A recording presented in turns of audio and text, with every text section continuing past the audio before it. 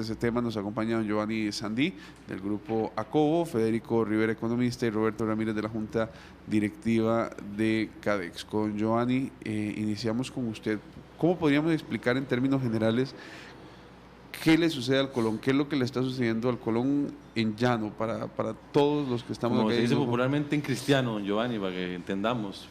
Bueno, yo lo presentaría de esta forma, y es cuando uno tiene mucha plata en su bolsillo, tipo Costa Rica, con las reservas monetarias internacionales, de pronto está dispuesto a deshacerse o invertir ese exceso de dinero a niveles más bajos, tasas de interés, o comprar de manera más cómoda para uno.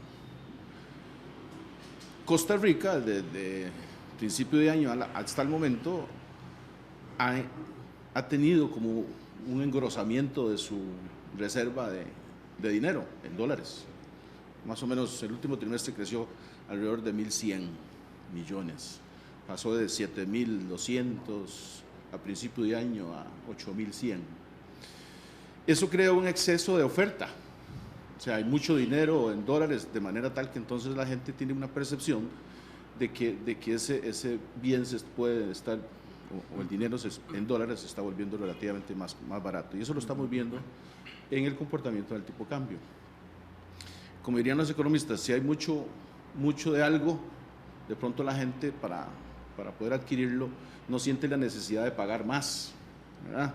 O sea, si vemos los estantes de las pulperías llenos, o vemos las tiendas de aquí de Costa Rica muy llenas de ropa, zapatos y demás, de pronto la gente dice, hay mucho inventario, yo estaría dispuesto a esperar que esos precios sean más cómodos. Y algo parecido siento yo que le pasa al tipo de cambio. Vemos algún excedente ahí que de pronto estaríamos dispuestos a adquirir esos dólares, pero a un precio más cómodo. Las exportaciones están relativamente estables, mientras que las importaciones han caído alrededor de unos 400 o 500 millones de dólares con relación al año pasado. Eso tiene explicaciones que ya los analistas han hablado en materia de petróleo, por ejemplo. Don Federico, la sensación, digamos, yo como desconocedor del tema, la sensación es que todo está muy estable, que todo está bien, que al usuario, digamos, a la gente en la calle, ¿en qué le beneficia y en qué no le beneficia que el Colón esté fuerte frente al dólar? Bueno, en primer lugar, buenos días. Buenos días. Sí, bueno, ahí siempre cuando estamos hablando de economía en presente, nada más déjeme hacer una ligera referencia al antecedente del tipo de cambio en Costa Rica, ¿verdad? Recordemos que primeramente tuvimos lo que se conoce como mini devaluaciones, que tuvo efectos, digamos, inflacionarios, favorecía mucho al sector exportador. Después pasamos a un sistema de bandas, ¿verdad? Que antes se le conocía como Monet. Después pasamos al Monex, donde el Banco Central intervenía directamente comprando o vendiendo dólares para mantener un tipo de cambio estable. Eso logró también que los niveles inflacionarios se mantuviesen y el tipo de cambio se mantuviese más bien incluso debajo del piso que tenía en 490 aproximadamente. De ahí hacemos la transición en enero, ¿verdad?, a un sistema de flotación administrada donde, por ejemplo, viene una relación oferta-demanda de mercado y el Banco Central tiene la potestad de intervenir cuando siente, digamos, que esa volatilidad del tipo de cambio puede afectar, en este caso, más que todo a la parte importadora. Entonces, hay que entender que cuando el tipo de cambio aumenta, ¿verdad?, por lo general favorece más al sector exportador. El sector exportador puede, en este caso, adquirir más ganancias. Cuando el tipo de cambio tiende a la baja, pues el importador es el que tiende a ganar y en este momento aspecto. son los, perdón, y metiéndome en la pregunta, Sí. Randall, ¿son los importadores los que se verían más afectados en este momento o son los exportadores? Bueno, de acuerdo al tipo de cambio, ¿verdad?, lo que se está mencionando es que si está aumentando, ¿verdad?, va a favorecer más a los exportadores. Si vemos los datos de la tendencia, porque una cosa es cómo está el tipo de cambio hoy día y otra cosa es la tendencia. Ajá. Entonces, la tendencia es al alza. ¿verdad? Entonces el promedio es 537, pero se sabe de que va a seguir presionando el techo, pero hay algo importante que menciona don Sandy, es que hay una reserva, ¿verdad? Que son exactamente 8.143 millones, que el Banco Central puede, ¿verdad?, ocuparlos en el momento en que necesite que el tipo de cambio baje. Recuerde que nos estamos acercando a un periodo de navideño, ¿verdad? Ahorita lo que se pretende es que, bueno, el tipo de cambio después pueda bajar un poco más para favorecer más las importaciones y estimular más el consumo. ¿Y eso a la gente le beneficia y bajan los precios de las cosas que traemos, de la producción interna? ¿Qué pasa con la gente? Bueno, los precios, hay una cuestión interesante porque recordemos que, por un lado, si usted baja el tipo de cambio, favorece las importaciones, pero viene el aguinaldo. Y el aguinaldo se sabe que eso suma más dinero en el mercado, por lo tanto va a presionar los precios al alza. Eso es lo que podríamos estar viendo, ¿verdad? Bueno, hay un tema también importante que es la tasa de política monetaria, que está en el 3, ¿verdad? Que eso es que, digamos, los bancos privados, los bancos más que todo comerciales, tienen la posibilidad de endeudarse más barato, pero si vemos la tendencia que ha sido a la baja para estimular el tema de créditos, para que, digamos, exista más consumo en créditos y las empresas puedan invertir más, la tasa activa no baja, ¿verdad? Entonces usted puede ver que, y hay algo interesante, ¿verdad? De acuerdo a los últimos datos, hay 300.000 millones de colones disponibles para crédito, pero la tasa no baja, la activa, ¿verdad? Pero la política, digamos, monetaria, ¿verdad? En este caso, la tasa de política monetaria sí tiende a la baja, pero no logra incidir en que la tasa baje, ¿verdad? Don Roberto Ramírez, de la Junta Directiva de Cadexco, ¿ustedes pues están complacidos con esta situación? ¿Creen que debería mejorar? Hablábamos ahorita de que son parte de los sectores que podrían verse beneficiados, ¿no está siendo así? Buenos días. Bueno, pues buenos días. Pues como verse beneficiados o no, como lo dijo don Federico, pues el sector exportador o el exportador siempre le va a beneficiar la devaluación, digamos, en tanto en que haya que pagar más colones por el dólar, pues irán más ingresos para los exportadores. Recordemos que, pues, si sus ingresos son en dólares, ¿verdad?, mucho de su estructura de costos interna del país va a ser en colones. Entonces, pues, una devaluación siempre lo va a favorecer. Sin embargo, no es así de simple, el sector exportador lo sabe. Si se viene una devaluación abrupta, eso va a incidir directamente en la inflación. O sea, son más costos a lo interno y también va a afectar. Entonces, creo que un balance es lo que se busca. Sí es cierto que hay niveles de revaluación donde si baja mucho de precio el dólar, 500, 490, 480 colones, hay empresas que ya no lograrían soportar, digamos, un tipo de cambio a esos niveles, pero no es tan fácil como decir, pues sí, devaluamos, porque eso es lo que queremos, ¿no? Porque sabemos que eso tiene otras incidencias, ese costo lo tiene que pagar alguien más y también le va a ¿Quién afectar. tiene que pagar ese costo para usted? En general, la inflación, todos los costarricenses tendríamos que pagarlo, porque eso se va a reflejar en inflación y ahí va a afectar también al sector exportador. Don Giovanni, ¿cuál sería el precio del dólar ideal en este momento? Tenemos un precio de dólar real, ¿verdad?, que está entre los 537 colones, 540 colones. ¿Cuál sería el precio del dólar ideal para la estabilidad del mercado? Hablando y atreviéndome a usar algunos conceptos económicos que no has apropiado, Federico, ¿verdad? Yo estaría todavía preocupado porque en realidad si vemos el tipo de cambio real, ¿verdad?, que es el que mide el valor relativo de nuestros bienes versus otras economías, principalmente la americana, el tipo de cambio costarricense anda alrededor de un 20-25% en términos reales apreciado. O sea, hablando en términos numéricos, el que esté ahí como en uno, ¿verdad?, que uno sea el ideal, uno versus Estados Unidos, siempre moneda local. Con esto no estoy insinuando que la dolarización podría ser una buena estrategia para Costa Rica, no. Es que nuestro tipo de cambio llegue a niveles que se dicen son adecuados para la economía. Nosotros lo tenemos apreciado definitivamente. Esto significa que hay un impacto desde el punto de vista de competitividad a nivel de empresarios, nosotros hacia afuera, pero igualmente puede obedecer una estrategia nuestra en materia, en otros campos, en materia de política monetaria muy importante, tasas de interés muy altas en estos momentos no nos favorece, el tipo de cambio vendría a influir sobre ese tipo de cosas. Recuerden que cambiar dólares obliga al Banco Central a tener que sacarlos de la economía, y para hacer eso pues entonces tendría que subir tasas de interés, y eso no es lo que la economía costarricense en estos momentos necesita. O sea, estamos con una producción que ya ustedes vieron que andan ahí casi por el 1,5, 2%, necesitamos que la gente empiece a producir, que el país pueda recuperar sus niveles del 4,5, que más o menos es la norma que vemos nosotros, y que el empleo también se favorezca. Está muy alto, 9,5, 10%, esos no son niveles apropiados para Costa Rica.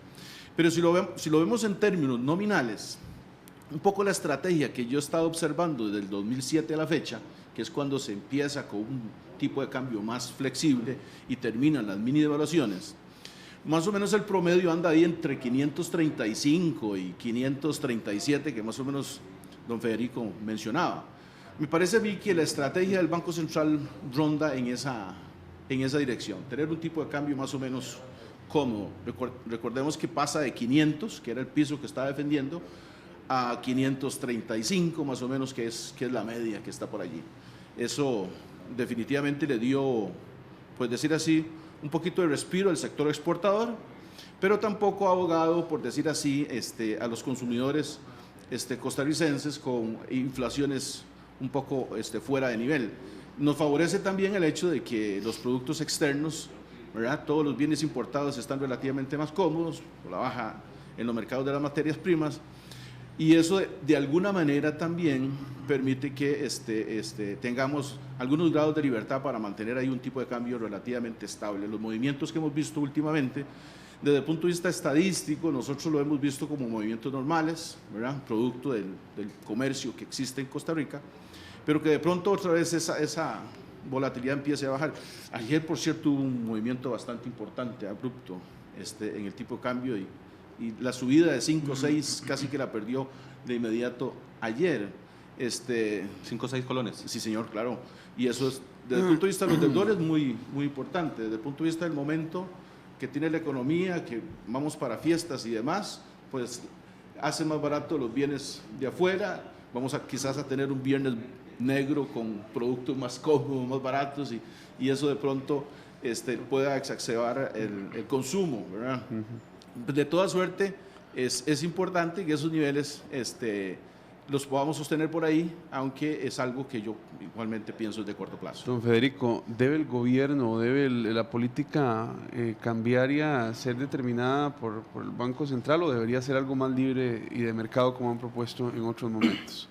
Bueno, el tipo de cambio que tenemos hoy día, que mencioné, que es flotación administrada, llama mucho la atención porque en el informe que hace el Banco Central, donde ahí van economistas con diferentes posiciones, recordemos que hay economistas liberales y hay economistas keynesianos. El liberal es el que le apuesta más a que la tasa de interés es la que tiene que ir regulando, ¿verdad?, a la libre, la oferta y la demanda, y el otro grupo que es más keynesiano es el que le está apostando a un mayor control del Estado. Es muy interesante porque hay un acuerdo entre estas dos corrientes económicas, y es que nadie quiere la inflación, ¿verdad? Digamos, hay un acuerdo interesante, favorece a las dos tendencias, y por ejemplo, si uno los escucha a ellos también, que son colegas, curiosamente ese es el único punto de consenso.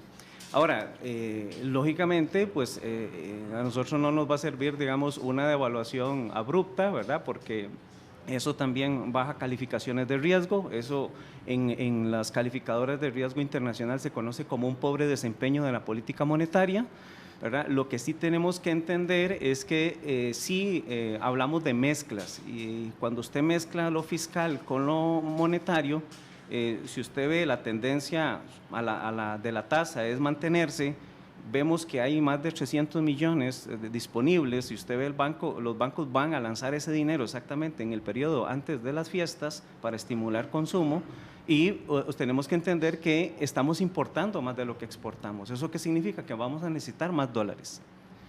Y ahí eso también puede incidir en una tendencia más al alza. Ahí es donde el Banco Central tendría que medirlo, porque eso se utiliza una fórmula econométrica para medir cuál es la tendencia. Uno de los problemas que siempre tiene la economía o los economistas es que siempre se trabaja con un supuesto y se trabaja con una tendencia. Y en el camino se va identificando cuáles son los actores que se mueven. Por ejemplo, el caso de los precios de las materias primas, que de un pronto a otro baja el precio del petróleo, baja las otras materias primas, y eso hace que usted pueda bajar un poquito la tasa porque le da mayor maniobra. Don Roberto Ramírez, de la Junta Directiva Cadexco, estoy pensando en las MIPYMES, en las pequeñas y medianas empresas que se están dedicando a la exportación. Esta realidad que estamos viviendo en el tipo de cambio ha afectado a este sector de la economía. ¿Se ha visto reflejado en una estabilidad, en un crecimiento o una reducción de las compañías de estas pequeñas empresas que se están dedicando a la exportación? Bueno, yo creo que sí ha afectado, y creo que lo que más ha afectado es precisamente lo que mencionas en incertidumbre. Cuando se tenía una política cambiaria de mini-evaluaciones o bandas, pues ya se sabía exactamente los límites inferior, superior. ¿Para dónde se iba? Para dónde se iba o hasta dónde podía llegar, digamos, mejor dicho. Entonces era más fácil para empresas que tienen flujos de efectivo no tan altos planificar, digamos, a largo plazo, sobre todo porque algunas de estas empresas dependen de zafras, donde crece en ciertos años más la producción que en otros años, entonces pues hay que guardar un poquito más, aquí se va a gastar más, aquí. Entonces pueden planear más, un poco más a, digamos, mediano plazo sus flujos y por ende saber cuándo invertir y crecer de una manera un poquito más, digamos, ordenada. Ya cuando hay una incertidumbre, pues entonces en todo momento o la tendencia es a no arriesgar, a no invertir un poco más, a no invertir en temas como innovación o en expansión, etcétera, etcétera. Y las pymes, como mencionas, son mucho más sensibles a esto, porque como dije, sus flujos de caja son un poco más pequeños. Hay que recordar que los exportadores están expuestos al mercado donde están llegando sus productos. Entonces no es tan fácil trasladar ese costo extra de una reevaluación al mercado. El mercado en el exterior te paga lo que te paga, ¿verdad? Entonces hay que jugar con eso y con los márgenes y con temas de volúmenes. Entonces sí, yo siento que sí lo ha afectado en tema de que ahora con una flotación controlada hay más incertidumbre, es más difícil planear al mediano o al corto plazo inclusive, y eso detiene un poco más el crecimiento en las pymes sobre todo. Y esa incertidumbre va de diversos niveles, desde los que exportan mucho hasta los que exportan poco. Es decir, no solamente hay exportadores que sacan muchísimo producto fuera del país, también estas pymes, como decía Randall, ¿cómo manejan como empresas esta incertidumbre? ¿Cuáles son los mecanismos que tienen ustedes a lo interno para poder afrontar esta situación? Pues creo que más que nada, conociendo su mercado y la volatilidad de precios que puede haber de acuerdo a estadística, el tipo de cambio se ha mantenido estable y creo que con eso, por el momento, genera un poco de tranquilidad. Espera que en el principio del 2016 todavía se mantenga un poco estable. Me parece que el Banco Central ha logrado intervenir para que eso suceda así, pero los mecanismos no veo que sean más allá de eso, digamos, de fuentes estadísticas, de lo que se sienta o ha pasado con el tipo de cambio y cómo se vislumbra ellos en sus mercados, en tanto precio, en tanto volumen, si otros países han entrado a competir con el producto que tienen, qué le dicen sus clientes, etcétera, etcétera, etcétera, ¿verdad? Es muy complicado analizarlo como en una sola línea. Sí, y como un solo producto y como sí. ¿cómo se llama? Una sola tendencia. Don Giovanni, a modo de cierre en este tema tan complejo. Claro, yo creo que vamos a seguir así con esa relativa incertidumbre hasta que este mercado y las autoridades financieras de este país, llamo bancos, Banco Central, sean un poquito más creativos. ¿En qué sentido? A este país, en un entorno de tipos de cambio flexibles tendiendo a una liberación, requiere de un mercado de futuros que se desarrolle. Hay ciertas herramientas, ya tenemos ahí algunas instituciones financieras que están ya viendo la posibilidad de brindar ese tipo de servicios. El mercado de futuros básicamente está orientado a establecer productos de cobertura, cubrirse contra el riesgo, esa volatilidad. Hay algunos instrumentos por ahí, la Bolsa Nacional de Valores tiene algunas propuestas en tasas de interés y en tipos de cambio. Igualmente, algunas instituciones financieras en sus mesas de dinero ya están hablando de contratos forward o contratos a plazo de divisas. Todo ese tipo de estrategias Costa Rica necesita ya de alguna manera irlas introduciendo dentro del mercado. Porque precisamente para poder reducir esa incertidumbre se necesitan estos instrumentos para que los pequeños, medianos y grandes, y no me cabe la menor duda de que los grandes como los cafetaleros, como los que importan trigo, maíz en este país ya los están utilizando. Y ellos han crecido y es una industria que requiere de estos instrumentos, pero nosotros para ese sector importante de pequeños y medianos exportadores necesitamos que la banca sea más atrevida y empiece también a facilitar ese tipo de instrumentos para lograr bajar esa incertidumbre que todos nosotros vemos y que de pronto podría brindarle herramientas e instrumentos a este sector para manejar ese riesgo. Don Federico. A manera de cierre, tomando el tema de las pymes, de acuerdo a lo que menciona incluso el mismo BAC y el mismo BCR, del 100% de las pymes que están siendo financiadas solo logran sobrevivir el 30% a los 5 años. ¿Eso qué significa? Que hay una ausencia de política, no solo de asistencia técnica, sino también de tasas de interés competitivas para que ellos se puedan insertar más en el comercio internacional, o sea, puedan aportar más a las exportaciones. Y eso, tomando las palabras del colega, pues esto viene también en una incertidumbre. Y eso ustedes lo pueden ver y se refleja en 4 indicadores principales, en los niveles de ingreso, en los niveles de consumo, en las inversiones y en la tasa de interés. ¿Eso qué significa? Que si usted expande monetariamente, si baja la tasa de interés es porque hay más masa monetaria, pero también si tenemos problemas en el gasto, eso nos lleva a una incertidumbre en el consumo y el ingreso, o sea, la gente está pesimista, ¿verdad? Esa es la tendencia, que hay un pesimismo, entonces la gente lo que dice, todavía no quiero consumir, o sea, voy a esperar cuál es la tendencia. Además de eso, tenemos mucha información candente, no solo por el tema de fuerzas de poder, digamos, de actores que amenazan una huelga o amenazan otra cosa, y lo otro es el tema, por ejemplo, de en la parte fiscal. Entonces tenemos que entender que la sociedad, pues en esa parte tiene una incertidumbre, creo y me parece que va a esperar el momento preciso que es el tiempo de Navidad para repuntar un poco en el consumo. Y en esto siempre hay que tener cuidado en aventurarse a decir qué es lo que va a pasar, ¿verdad? Porque consideraría que es reservado, ¿verdad? Don Roberto. Bueno, yo tal vez a decir, me uno al comentario de don Giovanni, en que, pues sí, no se podría esperar de repente que ante una revaluación vamos a salir corriendo al Banco Central, sálvenos ya, ¿verdad? Porque eso tiene sus costos, pero me uno al comentario de él porque sí hay otros instrumentos, como lo que mencionaba de los contratos forward, e inclusive en su momento me parece que algunas empresas aseguradoras también ofrecen algunos instrumentos para poder cubrir ese riesgo, sobre todo en esas pymes, de la manera en que en un año yo puedo a un costo, ¿verdad?, de un contrato o de otro instrumento de manera de seguro, cubrir ese riesgo, esa volatilidad del tipo de cambio y entonces ajustar mis flujos, proyectar precios de mi mercado, volúmenes, etcétera, etcétera, ver mis costos, planilla, embalaje, etcétera, y entonces ya trabajar con un poco más de tranquilidad. Entonces, me uno a ese comentario porque es muy importante ya llegar a este tipo de instrumentos, podrían llenar un poco más ese vacío de la incertidumbre.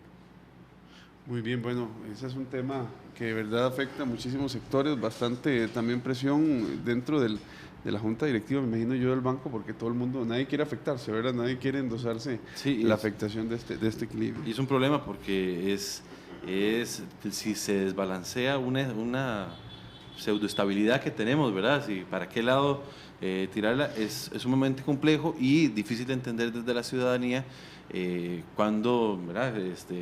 La inflación es relativamente baja, vemos que el déficit está creciendo casi un punto porcentual para el próximo año y eso es difícil de comprenderlo y de cómo nos afecta.